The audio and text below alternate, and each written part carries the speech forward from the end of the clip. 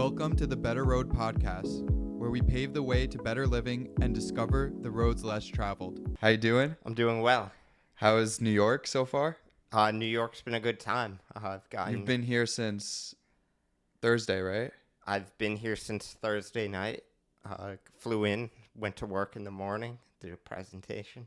So, presentation, Tony Flo, Eric Pritz, got some pool lounge time. Yeah. Some good food. Good change of pace from Miami. Good change of weather. It's already pretty hot. If you go into your feels like on the weather in Miami, you're clocking in at about like mid 90s, like potentially like triple digits. We're like kind of on the turf of that. Wow, and it's humid too, right? Yeah, you get the humidity. Yeah, it's better to be in New York during the summer, Miami winter. I feel like that's like the play. Yeah, it's tough being on a peninsula during the summer. How do you feel about New York in terms of living? Do you think you would come here or still undecided? It's 50-50, but like it also feels like a very agile decision that I make where one day it could just be sort of a pivot. Yeah. Like it could really happen like on a very short notice there is no like determining sort of factor to it. Just in the moment, in the now type of move, right? It's an in the now. In the now. Cool. Everybody, introducing my friend, very, very close friend, Michael Sefton. This guy is the type of guy he always picks up, someone I always look to for advice. He is what some used to call, when I first met him, the plug. So that's actually where I want to start. Sefton, can you tell me about your sneaker days? Because I know you were a big sneakerhead. Yeah, sure. So pretty much when I was in middle school, I loved all like the Jordans coming out. The Kobe's at the time were pretty sick. They did like the Grinch Kobe at the time. Yeah. And I really wanted to start buying the shoes, and my parents bought me, a few pairs. But then they were like, this is getting kind of ridiculous. And they were like, if you want to buy more, you've got to figure out a way to get them yourself. So because I'd gone on eBay myself to buy a few pairs, I kind of just had the idea, well, why don't I become the person selling the shoe on eBay? Okay. And so I forget the exact year. I think it was 2011, 2012. Jordan released the Concord 11. And it was a crazy like sneaker release. There were national news articles and everything on it. Mm-hmm. People waited in line 24 hours.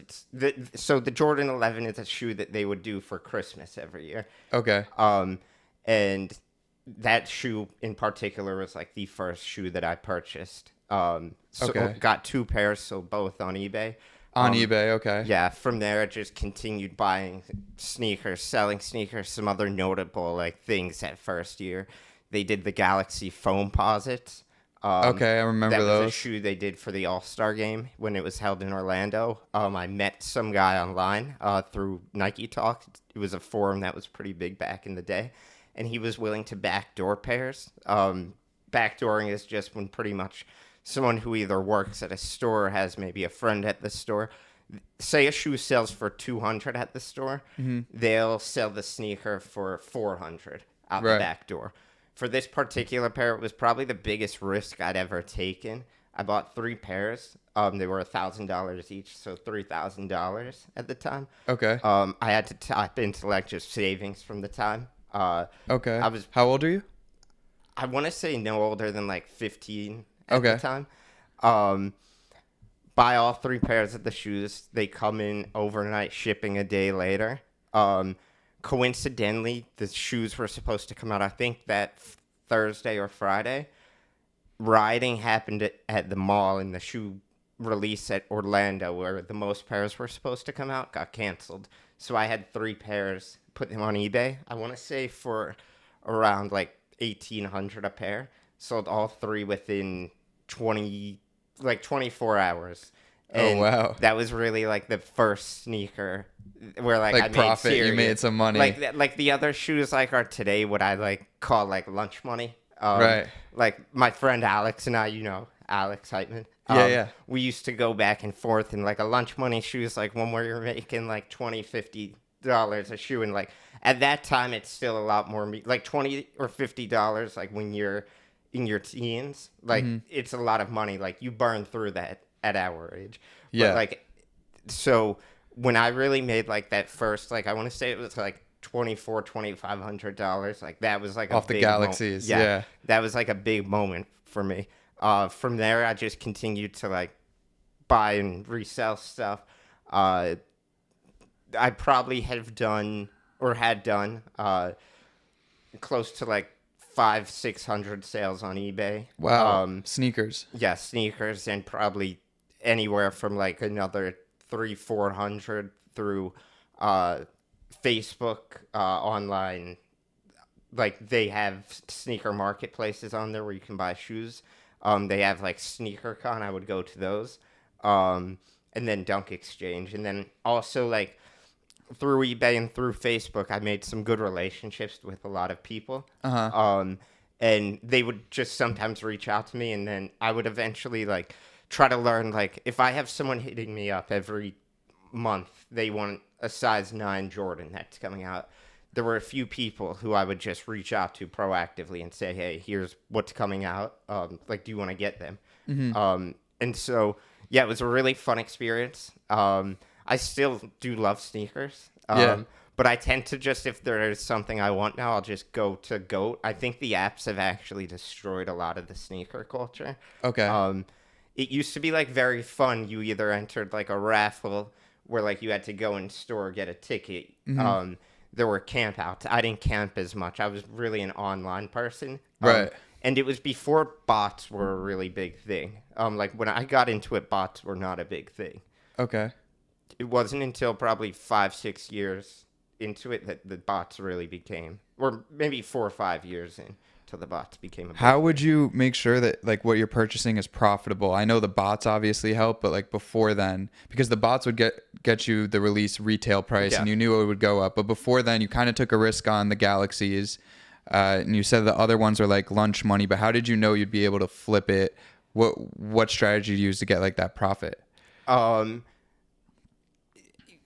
Like it was a combination of like, with anything that was like a, let's call it like a lunch money shoe, like the shoes Yeah. you'd make like $20 to $100 off, those would all come from a retailer directly. Okay. So if a shoe was going to sell at a loss, your other option was to return it. So it was essentially risk-free Okay. on all that stuff. Like your risk was you just sat out, you were without that money to buy another sneaker Right. for however long you were trying to sell that one. So Now when it came... did you establish like a relationship with the local Foot Locker? Not a Foot Locker, but there was a store nearby called Neil's Sportswear. They have a few locations in New York as well, I believe.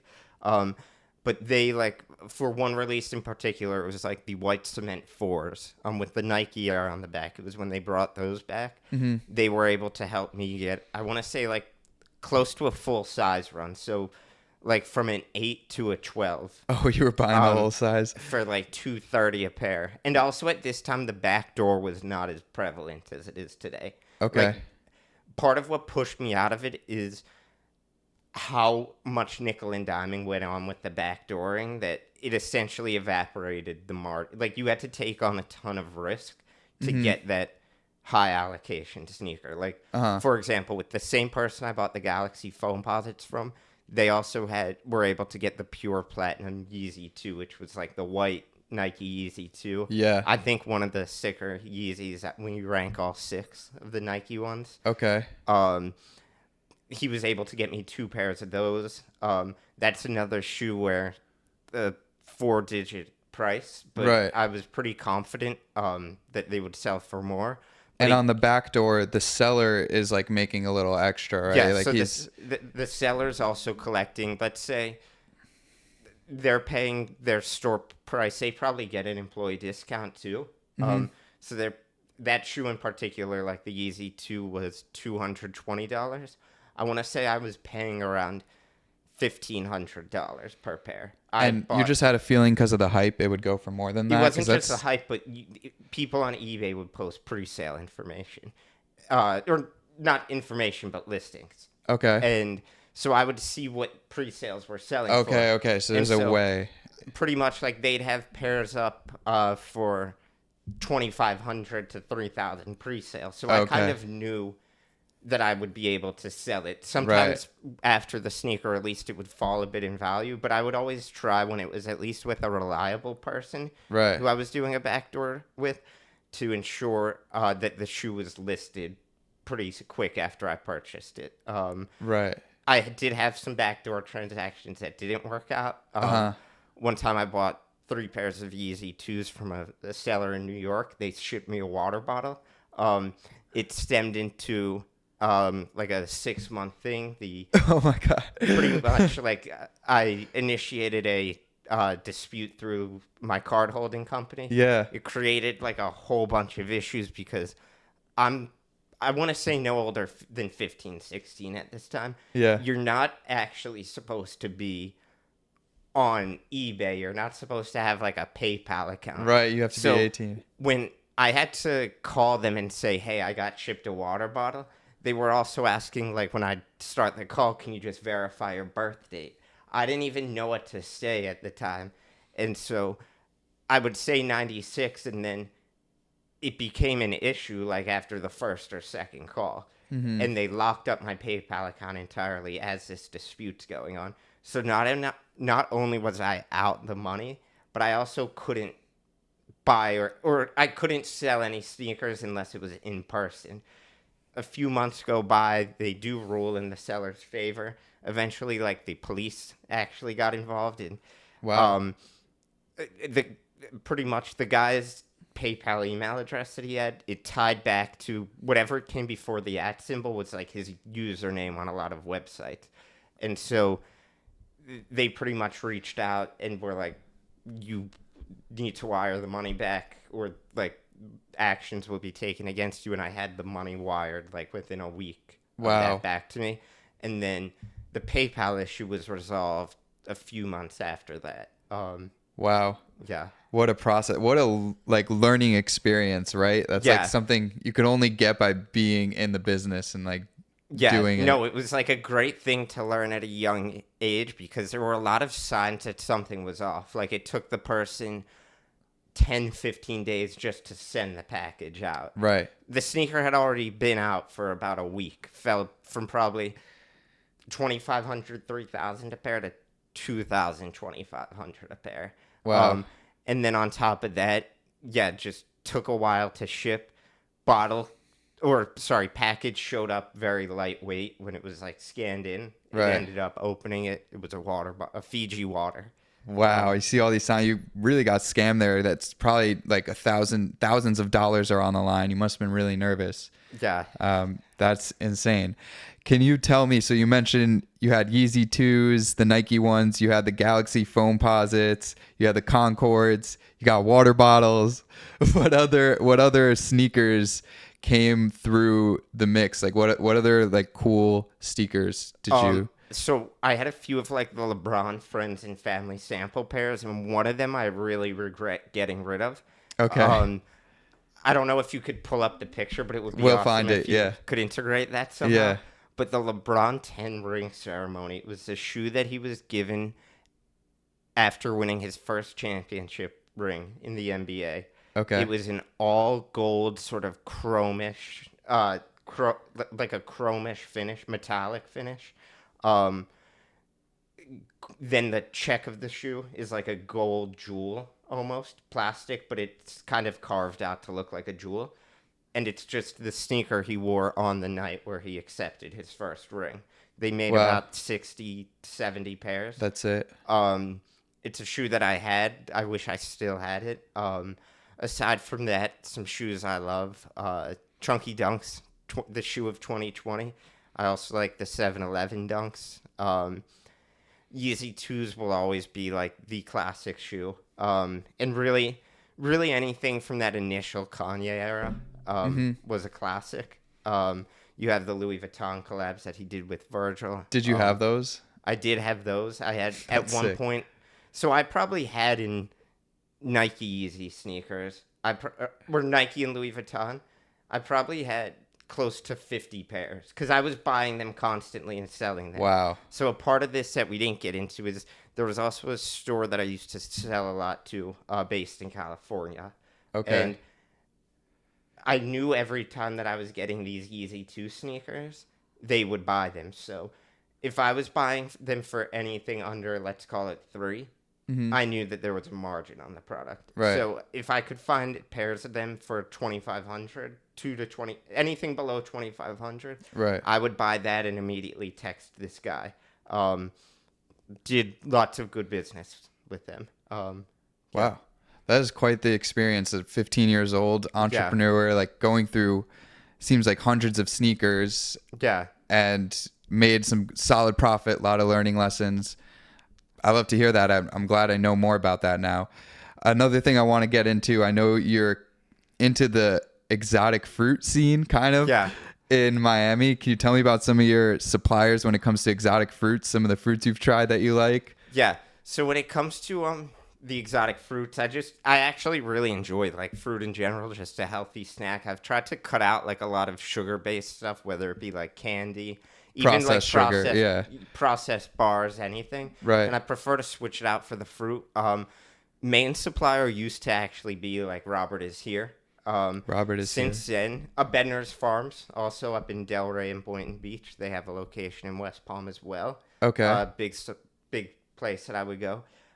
They just have like top-notch produce, tends to be locally grown. But you do have to read the stickers. Like at Robert is here, you'll occasionally look at the mangoes and they throw in like a shipped from Peru sticker. So like you never know 100% if it's local. Like you've always got to check the sticker on the You fruit. look for local fruits, right? I try to. There isn't like a huge difference if it's coming internationally. What are like 3 exotic fruits, like fruits that people might not know that you've been like, wow, I really enjoyed that? So I just had the Kawano melon recently. Kawano melon? Yeah, I'm not sure if I'm saying it correctly. It's like an orangish yellow melon. Prickly. Okay. You cut it open. There's like a green seedy pulp inside of it. Really good. You kind of just eat it with a spoon. Okay. I tried it normally, and then I also made a Topo Chico with fresh scooped Kawano melon. With then a little Fortaleza Blanco. That sounds refreshing. That was an incredible drink that I made. Okay. Another, and it's not too on the exotic, but it is tropical. Okay. Always a mango. You like good mango? Yeah, I love it. Like a really good ripe mango. And when I go to Robert is here, I actually like they'll cut up the mango for you. Mango can be a mess when you cut it up. It's just not like a fun thing to deal with. So they'll actually cut it up. And that makes it really good. I also really like stuff like the lychee rambutan. Those are like I don't know how to describe them really. But they're just these small fruits. You sort of break the shell off them and eat them. Both of those are pretty good as well. I have a full sort of ranking that I keep. Do those places you mentioned ship? So Bedner's does not ship. Okay. At least to my knowledge, Robert is here also doesn't. But I think there are like websites. Like I know you've shared that Miami Fruits with me. Yeah. I think they'll sort of ship from similar. Like they may go to a Robert is here to get their fruit. Okay. But I'm not 100% on how that works. Okay. Yeah. Interesting. So you got the ranking. I'm gonna have to try a few of those. Yeah. Add them to the list. Another thing that we experience kind of together, you're big in fashion. So I know you get like a lot of discounts online, and then you seem to be someone who gets a lot of relationships with the popular retailers. Can you talk about your relationships with your relationship with the retailer Chrome Hearts in Miami and how you got that Drake release? I mean, it really just stems. So, like, when I was reselling, like, sneakers, like, one of the first, and it goes even before the sneakers, like, there were these toys, like, called the Zuzu Pets. They were, like, these fake hamsters. It was a hot holiday toy. Like, when we were 10, 11 years old, and I was buying those and selling those, like, they were, like, I always had, like, the entrepreneurial spirit. And one of the first things, like, you really learn is, like, how do you make like a good relationship with people? Like, how do you cultivate like a great sort of environment? Right. And, one of the things that I always learned is whether like you're the seller, like an employee, a customer, like you always have to be respectful irregardless of what end of the transaction you are Mm-hmm. on. And so, um, I went into Chrome Hearts and I became friendly with the associate there. Mm-hmm. We still talk occasionally, but we just hit it off well. And when the opportunity became available, I was able to go into the store to purchase that Drake release. It was Yeah. pretty exciting. You'll know this, but when we were in there, one of my favorite DJs was there. We were sort of shopping in the same group as Black Coffee. That was a pretty cool Yeah. experience. Yeah.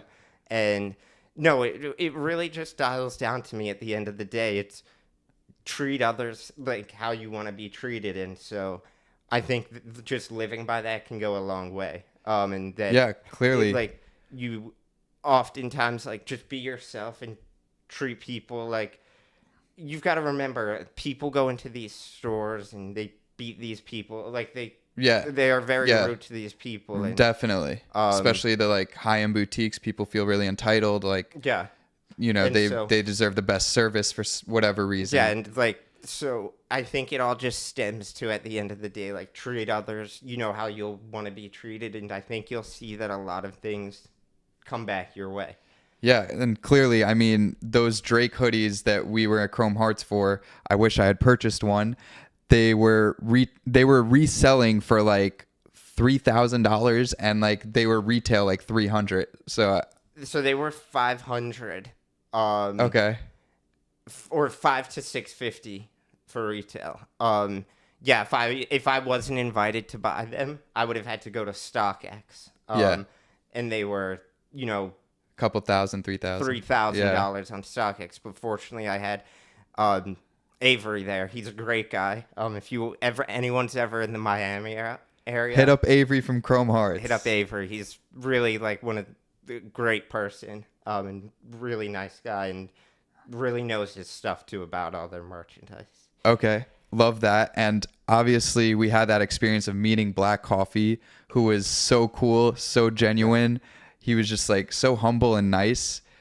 And that brings me to my next topic. I know you've been making some mixes on SoundCloud inspired by that type of music. Can we talk about, I don't know how you pronounce it. Is it Sefton, MSFTN? Everyone kind of has a different interpretation about it.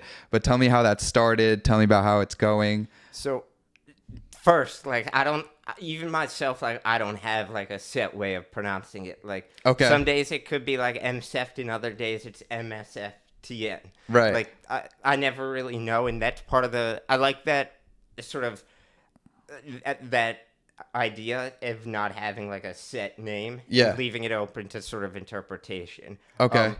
I think that, like, when I'm putting out a mix, it's more about the ultimate like vibe experience sort of that I want to curate from people who are listening, rather than like my name. Like, I could care less about the name and more about like the product that I'm putting out. Okay. Yeah, there is no real like way to pronounce the name. These mixes are a vibe. Everyone who listens to them loves them. What made you decide to go the mixing route? Like, seems like it was a little out of nowhere. It was honestly just, I had some free time. Okay. And was, it was sort of after, so I had been going to like some of the DJ events for a few years. Right. And through going to those, I became friendly with some friends of friends, like Anthony Marchias. He was DJing at the time. Okay. Just sort of as a passion project. And so I was like, you know what, like, if he could do it, like, why couldn't I pick up on this and learn it?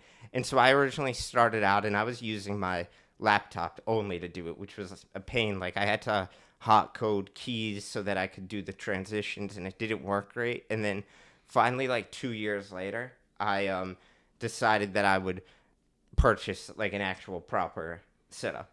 Okay. And so I bought the equipment and started just making mixes. And it's pretty fun. Maybe one day I'll get into sort of playing more like live events. I really like the idea of curating not just the mix, but an entire experience from the second someone arrives at your event until the time that they leave event. I think it's really cool to create like a unique experience.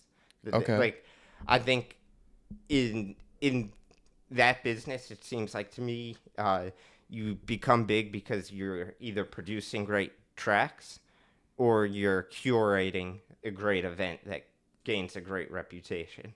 Yeah, and just from hearing the music, I would love to see that event Yeah. happen. So we'll definitely stay tuned. Issues. Yeah, yeah, You're doing this on campus, yeah. so I'm people selling know it your to face. So yeah. there's a lot more riding on I'm it. sorry to anyone who purchased. So, and then you've also got sort of. Next thing I wanted to bring up and mention is we have we've had a business in the past, Yeah. Coastal Retail Group. Can you tell me about Forget the Wire and where that went at? What was that experience like? And Yeah. you mentioned your entrepreneurial. We'll eventually get into your career and Yeah. how that's going. Yeah. So you and I had the idea. I forget who brought it up to who, but it was when the AirPod was taken off. Yeah, the AirPods And just they were started. actually really tough to get when they initially came out. Like you had to either pre-order them from Apple and they'd take 2 to 4 weeks to get, or you'd have to get lucky on like their pickup in store option. I forget who shared it, but there was like a China Temu version of the AirPods made. Yep. And we were like, this could be something really good to sell. And so the idea came up like to market them on campus and online. And so Right. I had done it through eBay, and then you had sort of taken the initiative on campus. Yes. So what I think worked well with that, and one of my things that maybe in hindsight, when I look back on it, I was like, maybe this could have been more successful if it was like different product. Yeah, But is I agree. that I didn't have a ton of passion about Yeah. the like a The issue for me too was the product. Like at first I was really excited about the product Yeah. because it seemed like, but then like when I realized that the quality of the product wasn't really enough to like be promoting it the Yeah. right way. I think that's what, but we did go through like 50 pieces. So we made We it made through a our little initial bit of batch, money. but like it was a very short-lived thing. But I think it speaks to the value of when you're in like a business that's sales oriented. You need to be passionate about what you're selling yeah. and be able to 100%. stand behind it. Otherwise, you're going to have a hard time. And I think that is part of the reason why with that, like you pointed to, you had noted some quality online, which to me, it was just, I made a listing on eBay. There was no real Yeah. thing there.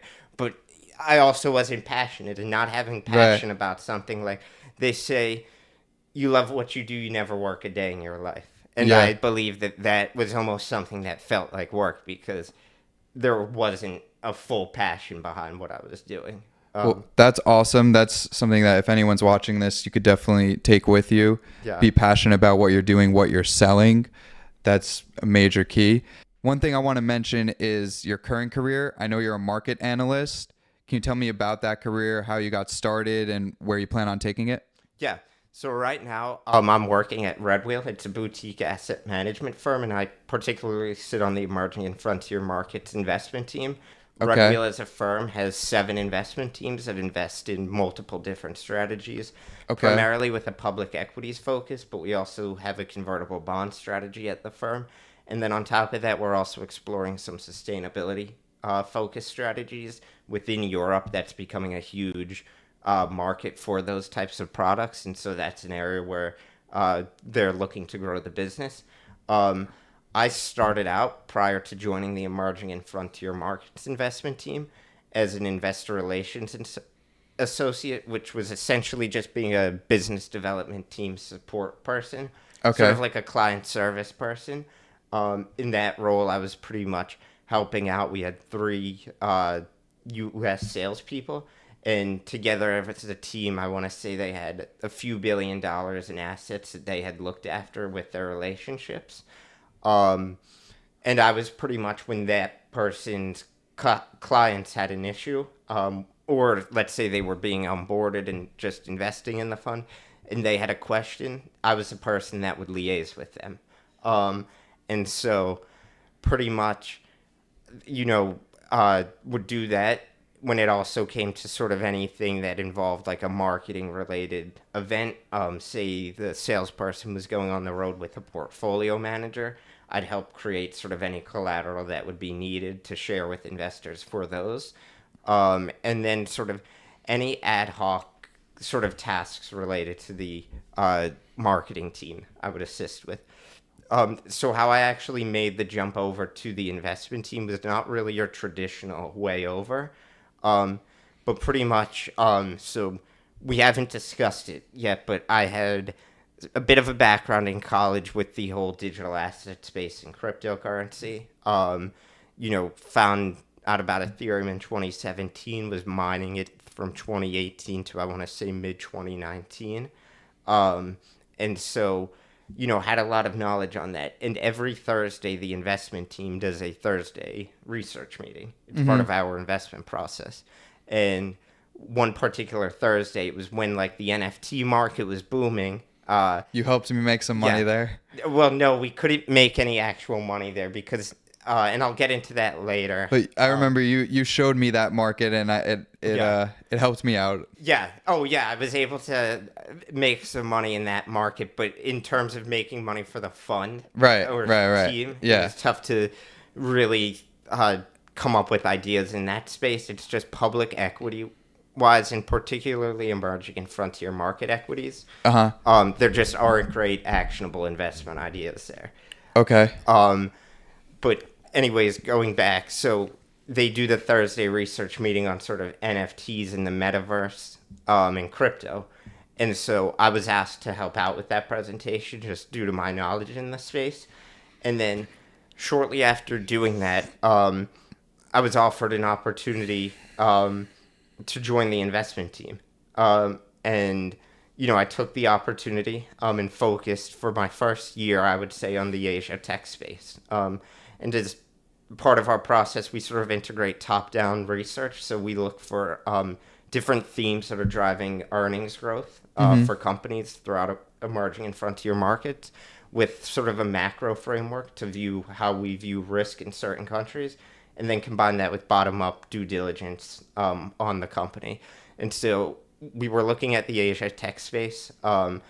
Last year happened to be a very interesting first year to look at that space because we had sort of the ChatGPT boom. Right. And that really created what was going to be a very challenging year for technology, and really flipped it around to being a very strong performance year for technology-related ideas. Yeah. What do you look at, and how do you evaluate whether the risk is worth the reward?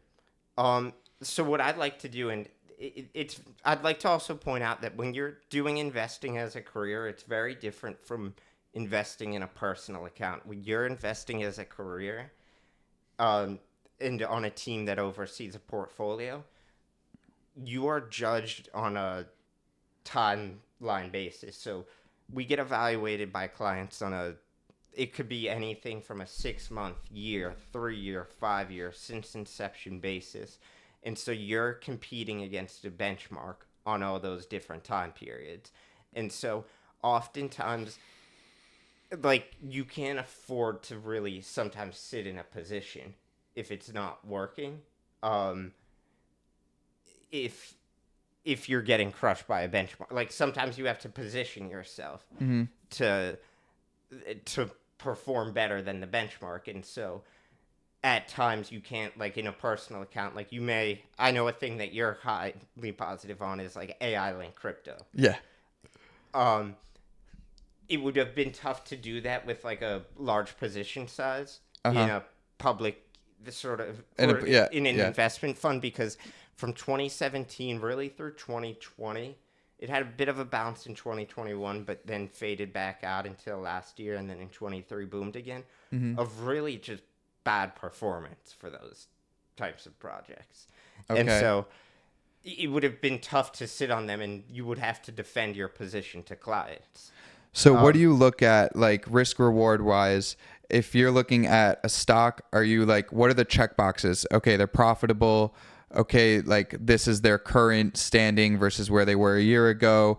Are these all things you like? Do you have like a quick analysis, like check these boxes? Okay, this seems like a sound investment.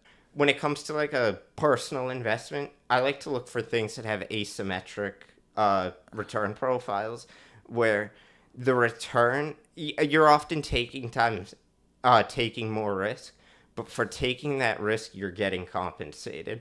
Like for example, like Ethereum in 2017 is one of those investments that I look at that had the asymmetric return profile. What do you mean asymmetric return profile? So that the returns of your investment are essentially like exponential returns. Okay. So like rather than just making 10% a year, you just think the return that you can make on it is a much higher return profile. And what gives you the instinct that this might be an asymmetric return? It's again like you've got to sometimes factor in like top down. So with Ethereum in 2017, one of the things that I had thought is like this could become the new settlement layer for financial transactions. Okay. And so I was able to look at it and say like, okay, if all the banks in the world are X market cap and Right. Ethereum wins 3% share of that market, maybe it could be worth this.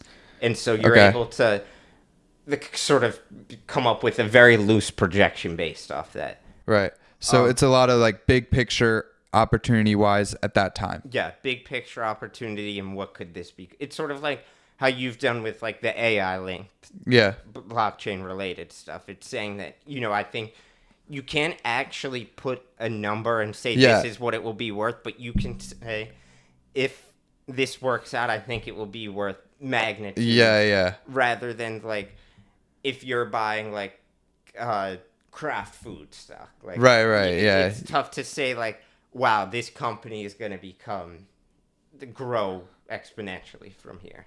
Okay, that's another great thing to take with you. But at the same time, I think that knowing how to appropriate risk within that is very important. Yeah, you want to have a diverse. You want to be really like I prefer like to have like more sound investments. Long term, Yeah, sound long term investments and then allocate a small percentage to those Right. more asymmetric sort of. Okay. One thing I want to definitely mention before we head out of here is I know you linked K Dot. You linked Kendrick. Yeah. So how did that happen? Because there's a picture. We're gonna share it with the audience. Yeah. And it's pretty cool. So this was in. Can you try and get the mic like close? Yeah. So this was in. I want to say 2015, maybe 2014. Okay. And I had a good friend, Justin Smith, or still he is my good friend, Justin Smith. And he had a lot of connections sort of with concert promoters and people who worked within the music industry. Some people within TDE as well. Okay. Shout out Justin.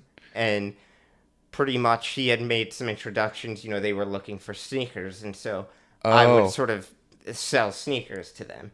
Okay. And so it just so happened that they had a show in Fort Lauderdale, or in Sunrise, Florida, at the Amarant Stadium, it's called today, where the Panthers play. And someone from TD had texted Justin saying they needed this shoe, and then Kendrick needed this shoe. And Shit. I coincidentally happened to have the shoe for Kendrick, but not the shoe for the guy. And the guy was like, that's cool, like, but he was like, but would you be flexible on pricing? And I was like, I'll take something off, but like, I'm still gonna collect like For Kendrick, yeah. like I'll take something off, but like I've still got to at least like break even and then like get something out of it. Yeah. So like we went to the concert, saw him perform, and then after the show we just went back into like his dressing area. It was me, Justin, our friend Cameron. They, by the way, are working on a great clothing brand, Sage Garments. Sage Garments. Shout out Sage Garments. Yeah. Some really cool designs. Okay. I'm not sure if you've seen like the vintage like Larry David shirt that I've worn. Maybe. But they do just a lot of cool designs. Okay, we'll link that in here for Yeah, sure. definitely link that. And it was just the three of us, Kendrick, his engineer mixed by Ali, and then like a security guy or two. And you pulled up with the sneakers. And I pulled up with the sneakers. Okay. What sneakers were they? It was the Jordan 1, the high top bread. So it must have been 2016. The black and red ones? Black and red. Because I want those sneakers so bad. that shoe came out in 2016, I think, if I'm not mistaken. It was Okay. like one of the years they retroed them. So 2016, I think. It was the retro. It wasn't the OG. Yeah. Okay. And so we hung out for like 20, 30 minutes. That's so cool. It's honestly, when I look back on it, like one of the cooler Memories of your life. Not even my life, but just when you consider everything that's transpired over like the past 2 months, when it started with like that, and then what that whole beef stemmed into, I think that it really, like, Kendrick was always like him, but what happened over the last 2 months sort of Established him as that guy. Is like the modern day, like, Drake's always going to be the hit maker of the generation. Okay. But Kendrick's, like, when it comes to rap, like, he's that guy. So we know who you got. We know who you got in this beef. But he also showed, like, I can drop hits too. Like, that's what his aura sort of is to me. Like, I could be like this really famous guy. I could be in the press. I could be all of that. I just choose not to. Right. And I think that's what makes me appreciate, like, getting that 30 minutes to hang out with him more, is like that when we were with him, he wasn't like a celebrity really. Right. Like, he was really like just like being a real person. Yeah, he was like a real dude. And so that's so cool. I think that looking back on that, like, that's one of the things that, like, when I compare it to today, like, he didn't switch his, or like, he wasn't promoting the beef. Like, he would tweet out like a song name, and then people would go listen. And I think what were you talking about with him? Just like one of the things, like, I remember us talking about, like, and my friend Justin was like leading, but just was like light, like very light stuff about music, how it was to just sort of perform. We didn't. What did he say about performing? I don't remember. You don't remember that? I just remember him saying, like, yeah, like, don't I look tired? Like, something about, like, referencing being tired after the show. Oh, really? Yeah. Okay. And I also remember him actually having, like, a lot of times, like, because Justin had introduced me to other people within the industry. Mm-hmm. I remember everyone always wanted a handout.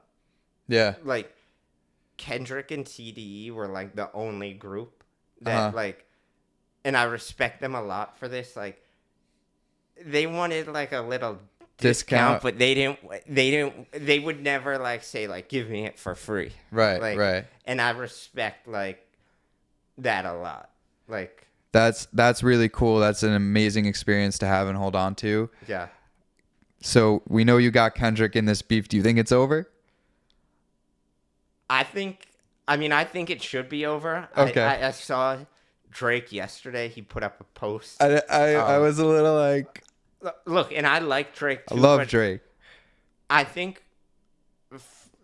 he's just gotta peel back, let it blow over. Yeah. I think Kendrick showed, like, if he wanted to run the rap game, I really think he would be capable of doing it. But I think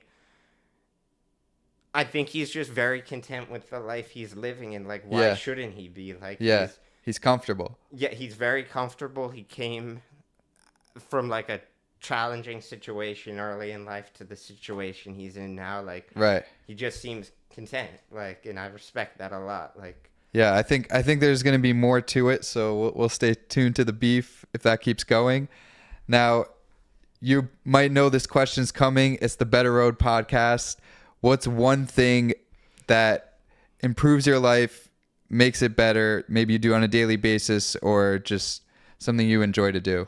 Can you share with the audience? I would say drinking a lot of water.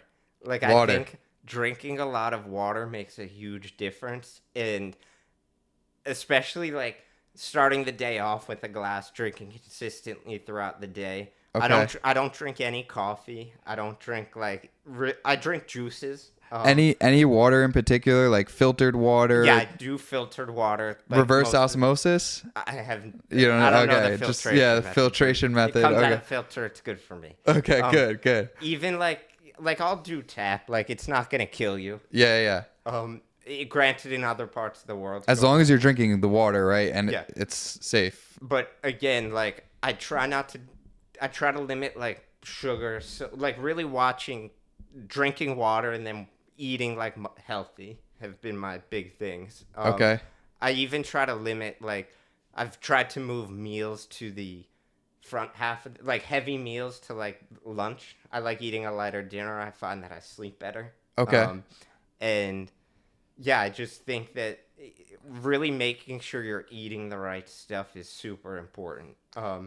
Okay. That's big concepts. Water and eating right. But at the Love same that. time, I will say like I don't think there's anything wrong because people oftentimes say like I don't want to eat this because it's unhealthy. Mm-hmm. Like I think if you're eating a normal healthy diet, like you can have like that unhealthy thing if you want it. Yeah. Like I hate hearing people say, "Oh, I can't eat this because it's unhealthy." Right. Like, that really bothers me. I know where you're coming from, and it's something. So I've been, instead of saying cheat meals, Yeah. we're gonna call them celebratory meals. You gotta have that once in a Yeah. while, that treat. Yeah, It might like- not be the healthiest thing for you, but you gotta experience Yeah. the flavor, right? Yeah, like I don't know. It bothers me when people say they can't. They like go one way too far. Yeah. I feel you on that. Awesome, bro. Anyone who wants to connect with you, what's a good way to reach out, or maybe just like follow what you're doing? I definitely recommend the SoundCloud page, but I'll let you tell everybody. Definitely throw my SoundCloud in there. I run it. So as we sort of discussed, I'm very big into like the concert Yeah. scene. I have a TikTok. Yes. Posting a lot I of forget clips. if it's Michael Sefton or Sefton Michael. I actually forget putting Okay. it plugged up. We'll plug it in. I have an Instagram, Sefton Michael. I don't really post on it, but if you want to follow me, I do. I try to do like a quarterly update to my followers through the stories. So like I try to Right. get one up every 3 months. Okay. I'm most active on Twitter. Yes. I tweet a lot. You'll see like a lot of my fruit reviews are Exotic on Twitter. fruits. Just random sort of pictures. I went to Misi 2 nights ago. Had Okay. their strawberry dish. Tweeted a picture of that out. Beautiful. Yeah, I saw that. I tend to get most active and like vocal online on Twitter. Okay. Connect with me on LinkedIn if you want. Okay. Yeah, just really anything. Okay. I'll shoot you a few links. Awesome. We're building a network here. Yeah. Better Road. Who do you think should come on the podcast next? Any ideas? Max Shevlin. Max Shevlin, I would love to have you on here. Thank you guys so much for watching. Please subscribe to the video, and thank you, Sefton, for coming on.